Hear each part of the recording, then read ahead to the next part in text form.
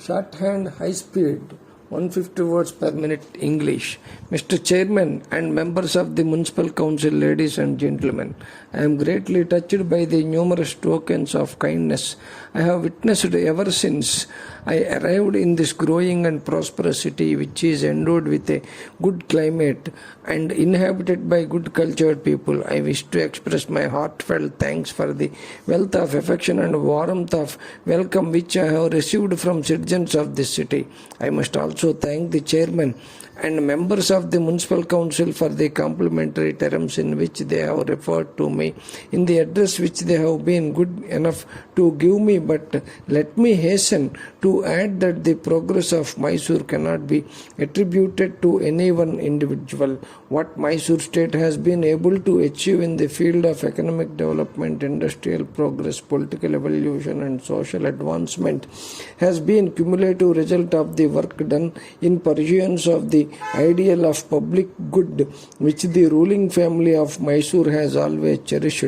The far-sighted statesmanship and ability of successive administrators, the patriotic efforts of the people of the state and the goodwill and consideration with Mysore has unfailingly received from people both in and outside India. The relationship of Mysore state with Madras has always been friendly and naturally beneficent.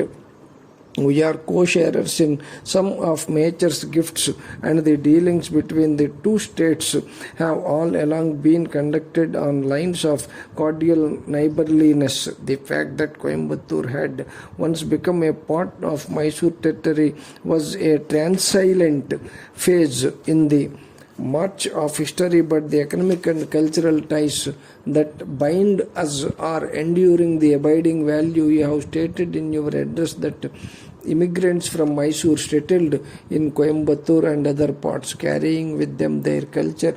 May I say that in this matter the traffic has not been one way, and that in Mysore and other parts of the state there are settlers from this part of the country who by their high code of conduct have earned the respect of the local inhabitants and whose business acumen and experience serve as an example to follow. Local bodies play a very important part in this progress of a nation.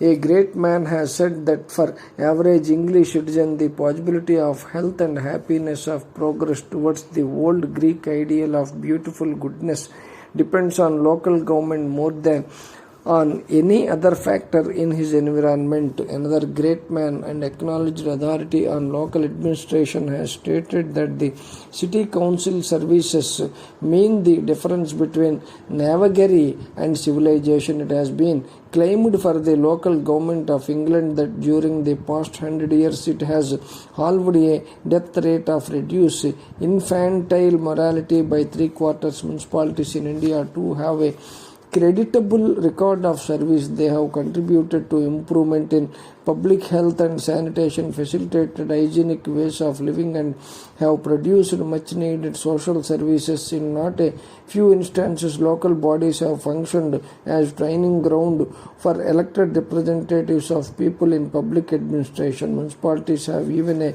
more important part to play in modern India. We have a municipality, a democratic state in miniature. The representatives of the people think out and initiate policies and programs of civic development with a full and practical knowledge of the problems they deal with.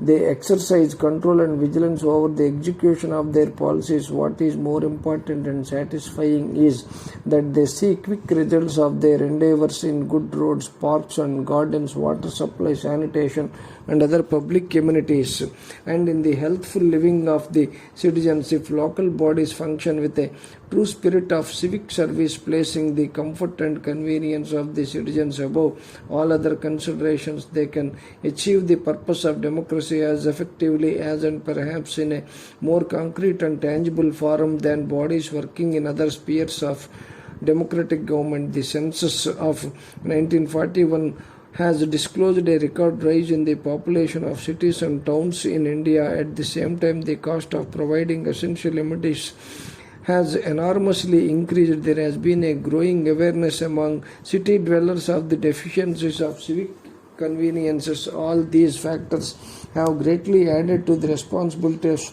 of problems of municipal councils, the solution of which depends not only on the efforts they make to augment their financial resources and the efficiency to bring to bear upon day-to-day municipal administration.